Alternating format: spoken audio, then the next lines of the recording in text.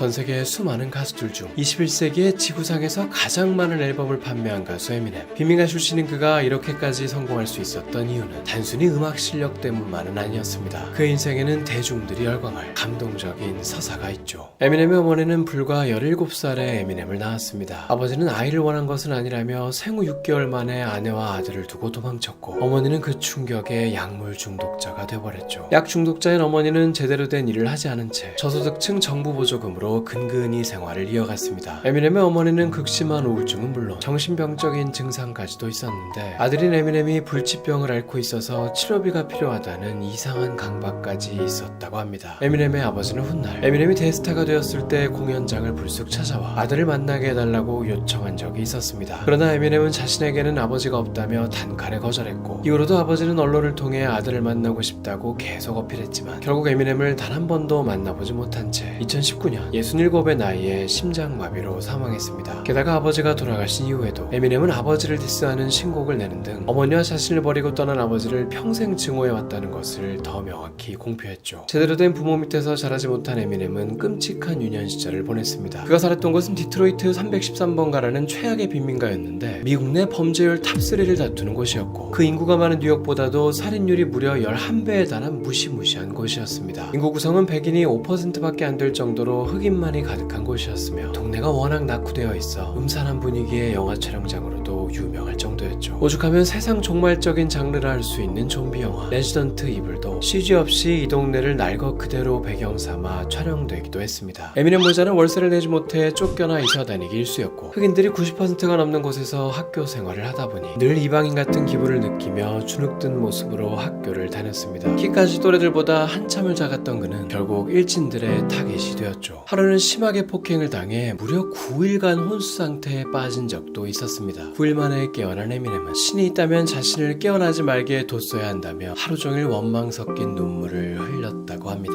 이렇게 아무런 희망도 꿈도 없어 보이던 그의 인생에 구원의 손길을 내민 자가 나타납니다. 바로 그의 외삼촌 로니 넬슨이었죠. 9일간의 혼수 상태 사건 이후 친척들은 에미넴의 어머니가 도무지 아이를 키울 수 없는 상태임을 직감했고, 결국 에미넴을 친척들 집을 돌아다니며 생활하게 했습니다. 이러다 보니 자연스럽게 외삼촌인 로니와 많은 시간을 보낼 수 있었죠. 사실 타이틀만 외삼촌이지 로니는 에미넴과는 동갑이어서 또래 친구나 마찬가지였습니다. 당시 로니는 힙합에 푹 빠져 있었고, 에미넴은 그를 통해 여러 힙합 음반들을 접할 수 있었죠. 에미넴이 특히 충격을 받았던 건 비스티 보이즈라는 그룹이었습니다. 흑인들만의 전유물로 여겨지던 힙합이라는 장르에 백인들로만 이루어진 최초의 그룹이었죠. 당시 비스티 보이즈는 완전한 힙합까지는 아니고 록 음악에 힙합을 접목시키는 식으로 슬쩍 발을 담그던 시기였지만, 당시에는 이조차도 백인이 힙합을 하려고 했다는 점에서 엄청난 논란이 되었습니다. 이 논란을 이해하려면 미국 흑인 문화에 대한 이해가 필요합니다. 악명 높은 노예제도로 인해 100년이 넘는 세월 동안 마치 가축과도 같은 끔찍한 취급을 받아왔던 미국의 흑인들은 백인들을 향한 적대감, 울분, 슬픔 등 부정적인 감정을 음악을 통해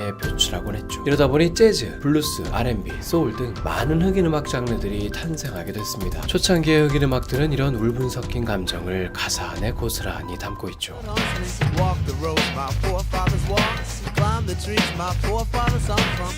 특히 힙합은 흑인 음악들 중에서도 가장 마지막에 생겨난 장르로 개방적으로 변한 시대에 맞춰서 여지껏 다른 흑인 음악들과는 비교도 할 수 없을 정도로 과격하고 직설적인 가사로 유명한 장르입니다. 그런 장르에 원수 같은 백인이 뛰어든다는 것은 당시만 해도 상상하기 힘든 일이었죠. 그럼에도 야유를 무릅쓰고 이 시장에 뛰어든 비스티 보이즈를 보며 에미넴은 자신도 백인 래퍼가 될 수 있을 거라는 꿈이 생겼다고 합니다. 이날 이후 에미넴은 하루 종일 노트에 랩 가사를 쓰고, 외삼촌 로니와 대화를 할 때에도 랩으로 말을 하는 등 완전히 래퍼의 꿈에 푹 빠져들었습니다. 결국 그는 17살의 나이에 학교를 자퇴하고 본격적으로 래퍼의 길을 걷기로 결심하죠. 이 결정은 그를 랩의 세계로 입문하게 해준 로니조차도 결사반대했는데, 백인인 우리는 랩을 들을 수는 있어도 절대 래퍼로서 인정받을 수 없다는 말을 하며 헛된 꿈을 꾸지 말라고 뜯어 말렸습니다. 그럼에도 그는 기죽지 않고 흑인들만 바글바글한 아마추어 랩 공연에 참가했습니다. 그리고 공연 당일 에미넴은 그동안 갈고 닦은 실력으로 흑인 관객들의 눈을 휘둥그레지게 하며 망했습니다.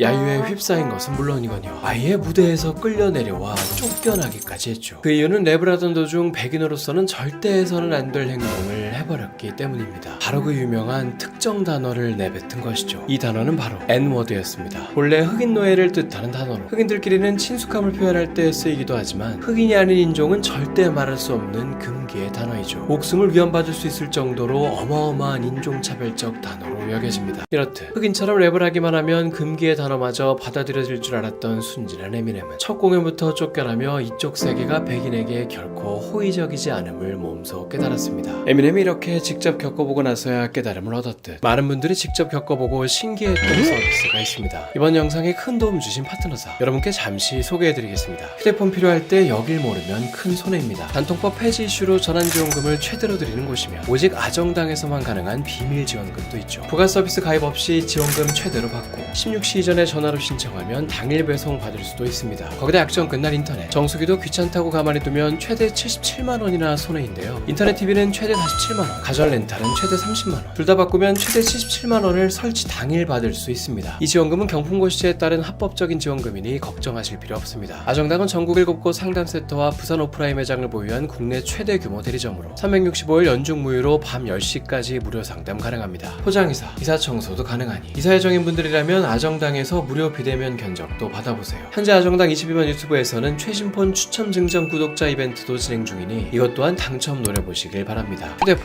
인터넷, 정수기, 그리고 이사 청소까지 정당하게 받자. 아정당.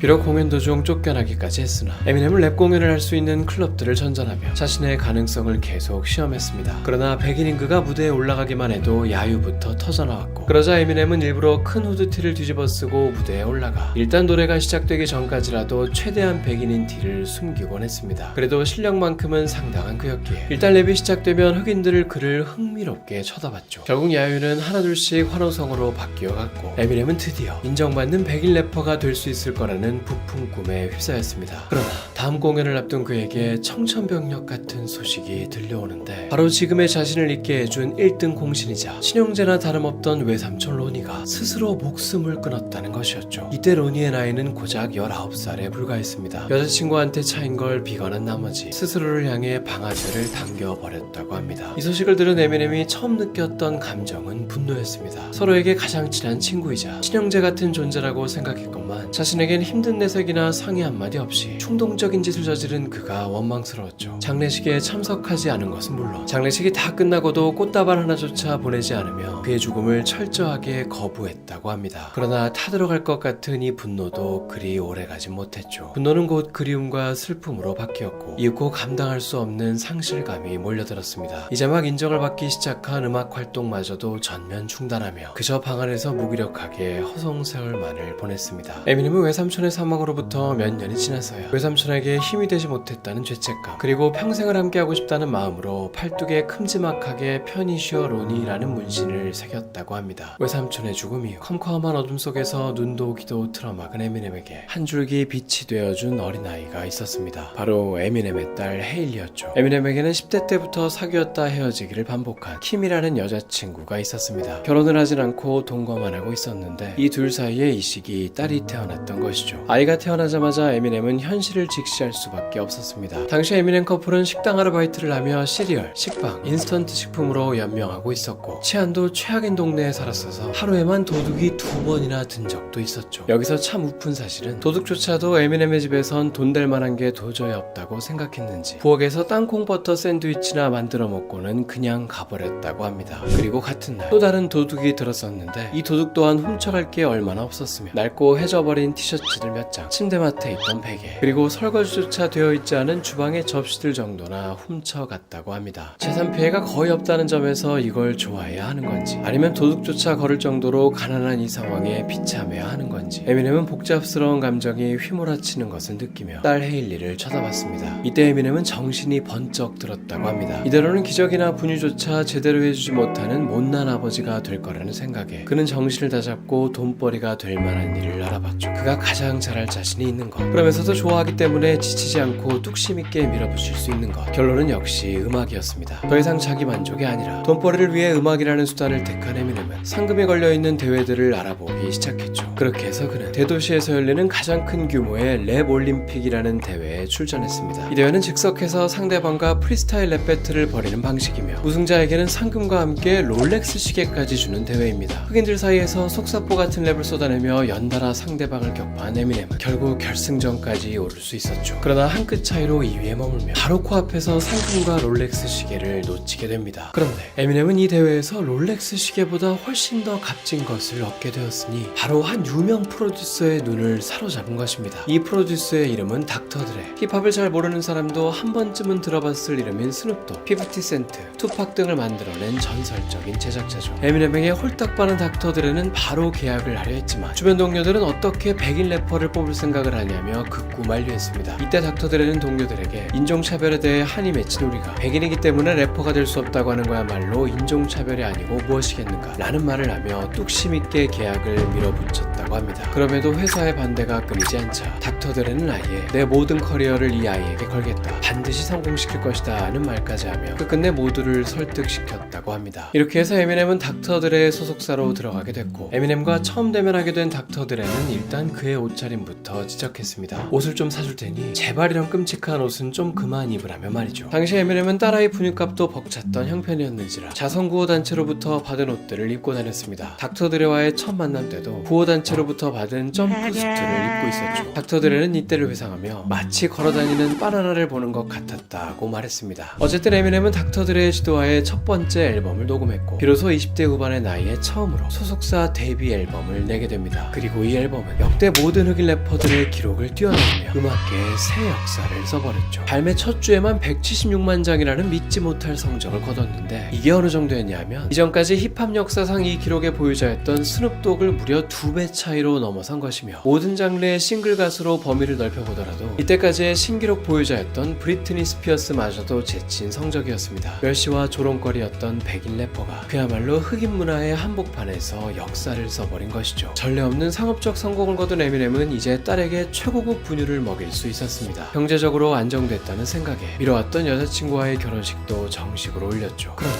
결혼한 지 불과 1년 만에 에미넴은 아내에게 믿지 못할 배신을 당하게 되는데 그날은 에미넴이 전국 투어를 마치고 예상보다 일찍 집에 돌아온 날이었습니다. 현관문을 열 때부터 웬 남자 목소리가 들리더니 집안에서 아내가 낯선 남자와 몸을 섞고 있었죠. 에미넴은 순간 끓어오르는 화를 주체하지 못하고 집에 있던 권총을 꺼내 그 남자를 위협했습니다. 다행히 탄창이 비어 있었기에 끔찍한 사고로 이어지진 않았죠. 비록 총을 쏘는 일은 없었지만 에미넴은 이 남자를 덮치며 주먹을 휘둘렀고 이 사건 이후 얼마 지나지 않아 에미넴 부부는 이혼을 하게 됩니다. 딸의 양육권은 엄마인 킴이 가져갔습니다. 킴은 이런저런 핑계를 대며 이혼 후 에미넴에게 딸을 만나게 해주지 않았죠. 이에 상심이 컸던 에미넴은 아내의 이름 킴을 제목으로 디스곡까지 내고 양육 소송까지 벌이며 딸을 다시 만나고자 했습니다. 그러던 어느 날 남자친구와 약을 하던 킴은 경찰에 적발되었고 감옥행이 결정되며 결국 에미넴은 딸의 양육권을 되찾아올 수 있었죠. 그런데 이때 에미넴은 한 충격적인 사실을 알게 됐으니 사실 그동안 킴과 남자친구 사이에 딸이 한 명 더 있었던 것입니다. 게다가 더 충격적이었던 것은 킴은 감옥에 가게 됐고 수배 중이었던 킴의 남자친구는 딸을 놔두고 도주하게 되면서 보호자가 없어진 이 아이는 보육원으로 갈 예정이라는 것이었죠. 에미넴은 이 어린 것이 무슨 죄가 있나 싶어 비록 전처가 다른 남자와 낳은 아이였음에도 이 아이를 친자식으로 입양했습니다. 사실 이것만 해도 웬만한 대인배가 아니면 어려울 결정이건만 에미넴은 여기서 한술 더 떠 킴의 쌍둥이 언니의 딸마저도 입양을 해주기로 했습니다. 킴의 쌍둥이 언니 역시 약물 중독자였고 남자친구가 아이를 낳고 도망가 버리는 바람에 아이를 제대로 키울 수 있는 환경이 아니었죠. 에미넴은 자신의 끔찍했던 어린 시절이 떠올라 도무지 조카를 방관할 수 없었다고 합니다. 그런데 여기서부터 상황은 급반전되기 시작합니다. 감옥에 있던 킴은 아이들의 소식이 궁금하다며 에미넴에게 자주 전화를 걸었고 자주 대화를 나누다 보니 어느새 이 둘은 다시금 좋은 감정이 싹트기 시작했죠. 결국 킴이 출소한 지 얼마 지나지 않아 에미넴은 그녀에게 정식으로 프로포즈를 하며 이혼한 지 5년 만에 이 둘은 다시금 결혼을 하게 됩니다. 이 두 번째 결혼 소식에 딸들은 그 누구보다도 기뻐하며 고사리 같은 손으로 직접 축하 편지를 써서 결혼식장에서 읽어줬다고 합니다. 그러나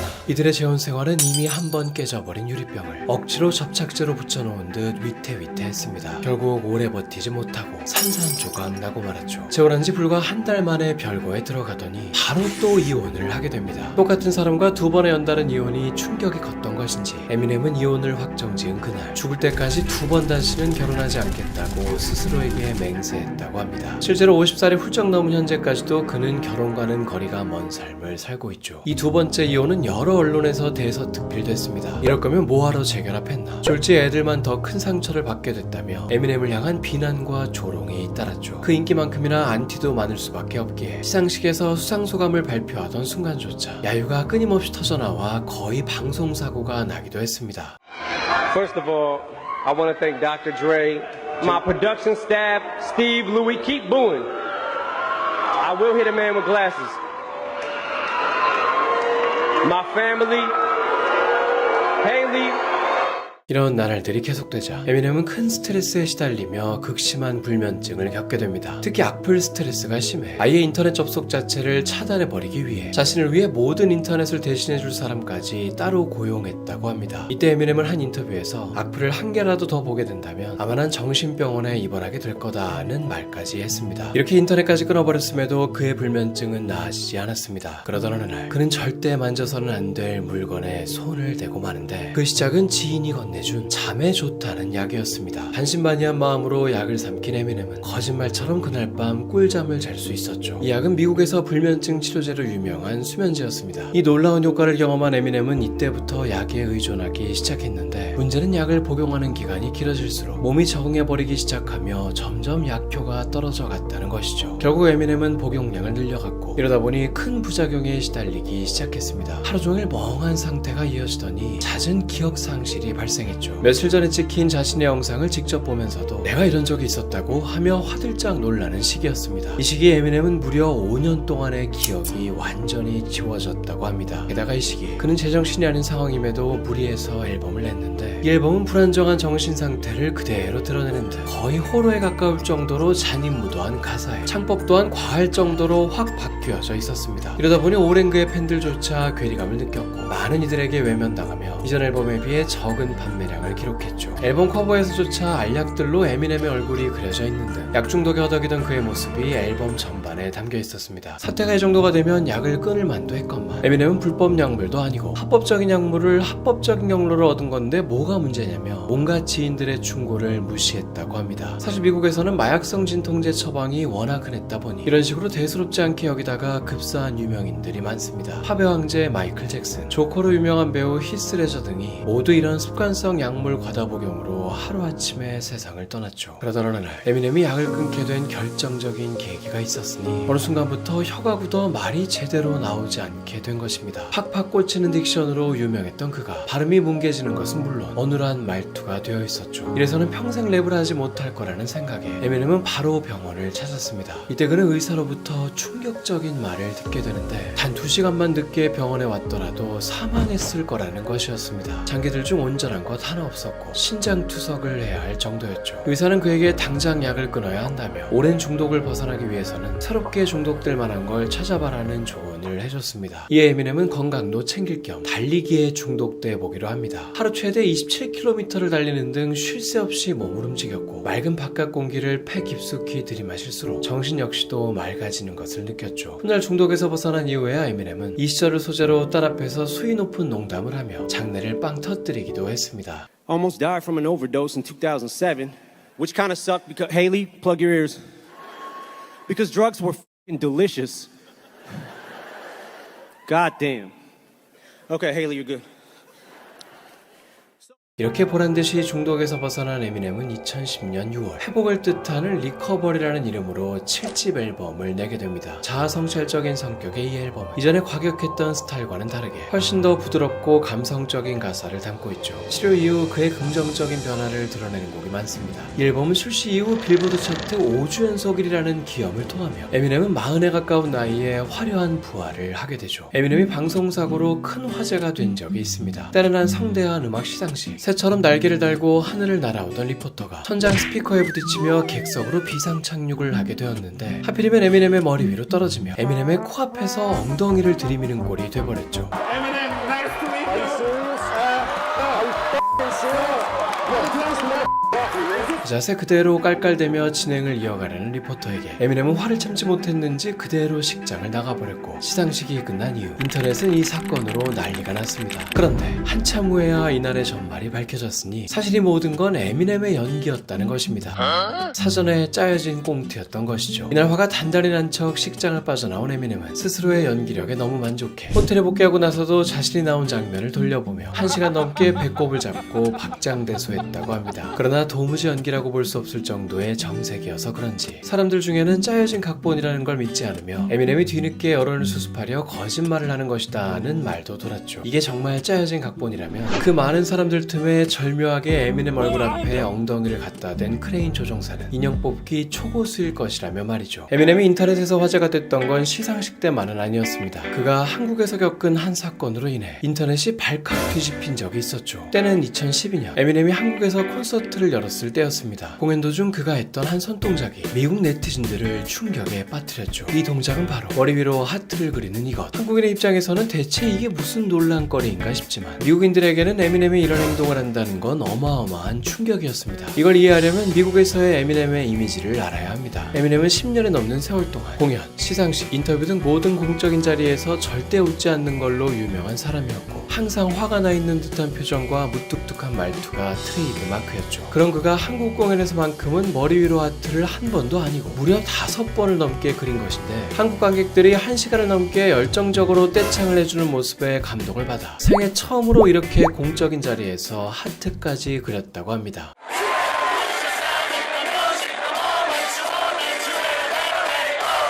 이 하트를 본 미국의 네티즌들은 에미넴 콘서트를 10번을 넘게 갔지만 저런 감정 표현은 처음 봤다. 저건 하트가 아니라 너의 두개골을 둘로 쪼개버리겠다는 욕을 한 것이다. 절대 하트일 리 없다. 그저 곁담을 말리는 중이었을 거다 등의 반응을 올리며 멘붕에 빠진 심경을 고스란히 드러냈습니다. 이 사건 이후 무려 10년이나 훌쩍 지났지만 아직까지도 구글에서 에미넴 하트를 검색하면 연관 검색어로 코리아가 가장 상단에 뜨고 있죠. 사실 에미넴이 이렇게까지 한국에서 흥분했던 이유 중에는 옆나라 일본도 한몫했습니다. 한국에 오기 직전 그는 일본에서 공연을 했었는데 일본인 관객들의 호응이 워낙 없어서 확 비교가 되었던 것이었죠.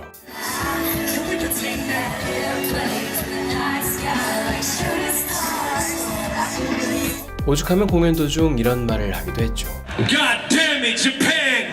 Make some mother noise for yourselves! 사실 일본인들의 이런 반응은 에미넴을 싫어해서가 아니라 일본에선 좋아하는 가수일수록 떼창보다는 경청해주는 문화가 있기 때문입니다. 그러나 이런 반응을 처음 겪은 에미넴은 아시아 국가 문화가 다 이런 줄 알고 크게 실망했었다고 합니다. 그런 그가 한국에 와서는 180도 다른 호응을 겪게 되니 화들짝 놀랄 수밖에 없었던 것이죠. 실제로 처음 떼창이 시작되자 당황하여 눈이 휘둥그레지는 모습이 고스란히 화면에 잡히기도 했습니다. 에미넴은 돈에 대한 가치관으로도 유명합니다. 고급차, 액세서리 등 돈을 과시하는 이들이 많은 힙합계에서 돈 자랑을 하지 않는 이미지로는 에미넴이 단연 1순위이죠. 브랜드 없는 티셔츠에 후드티를 입고 가장 자주 즐겨 먹는 음식도 값싼 패스트푸드입니다. 특히 타코벨을 너무 좋아해 심지어 콘서트 당일에도 대기실에서 타코벨을 먹을 정도라고 하죠. 엄청난 부를 거머쥐었음에도 하도 돈을 안 쓰는 것으로 유명하다 보니 오죽하면 한 방송에서 이래서야 래퍼들의 이미지에 해를 끼치는 건 아니냐, 다이아몬드라도 좀 사고 그래야 하지 않냐고 질문을 받은 적이 있습니다. 이때 에미넴은 사실 나도 롤렉스 시계를 하나 산 적이 있다며 에미넴 기준에서는 나름 폭탄 선언을 했죠. 그런데 여기서 반전은 기껏 롤렉스 시계를 사놓고도 스크래치가 날까봐 집안에만 고이 모셔두었으며 사기 전에도 몇 번이나 매니저에게 내가 롤렉스를 사도 되는 거 맞냐, 이거 사면 딸한테 쓸 돈만 더 없어지는 건 아니냐며 발을 동동 굴렀다는 것입니다. 결국 1000만원짜리 롤렉스를 지른 후에도 에미넴은 집안에만 감상용으로 놔둔 채 오랜 세월 10만원짜리 시계만 차고 다녔고, 이런 글을 보다 못한 한 잡지사가 인터뷰에서 이런 질문을 한 적도 있습니다. 지난 10년간 전 세계에서 가장 많은 앨범을 판매한 가수로 뽑히셨으니 상당한 돈이 있으실 텐데 이 돈을 어떻게 쓰시나요? 라는 질문이었죠. 이때 에미넴은 그냥 저축합니다. 전 제가 버는 모든 돈을 이것이 내가 버는 마지막 돈일 수도 있다는 생각으로 바라봅니다. 그러면 절대 돈을 함부로 쓰지 못합니다 라고 말했습니다. 에미넴은 주변 래퍼들에게조차 돈을 절대 함부로 쓰지 말라는 충고를 자주 한다는데, 돈이 정 쓰고 싶으면 세고 또 세고 쳐다보기만 한 다음 금고에 다시 넣어놓으라 하는 조언을 해준다고 합니다. 그렇다고 에미넴이 남에게까지 돈을 쓰지 않는 구두쇠는 아닙니다. 지역사회에 꽤 많은 돈을 환원하고 있죠. 저소득층 교육시설, 시설, 무료 급식소 제공, 대중교통 지원 등 자신이 10대 시절을 보낸 디트로이트시를 위한 기부를 매년 꾸준히 하고 있습니다. 보통 미국 연예인들은 성공하면 LA나 뉴욕으로 이사를 가는 경우가 많은데 에미넴은 디트로이트를 사랑한다며 여전히 이곳에서 살고 있죠. 에미넴이 영원히 디트로이트에서 머물듯 저도 영원히 유튜브를 하고 싶습니다. 부디 구독과 좋아요로 도와주세요. 저번 달에 비하면 많이 늘긴 했지만 아직도 구독 안 하고 시청 중이신 분이 85%나 됩니다. 부디 이번 달에는 구독자 비율 15%를 넘길 수 있도록 소중한 구독 한 표 부탁드립니다. 제발.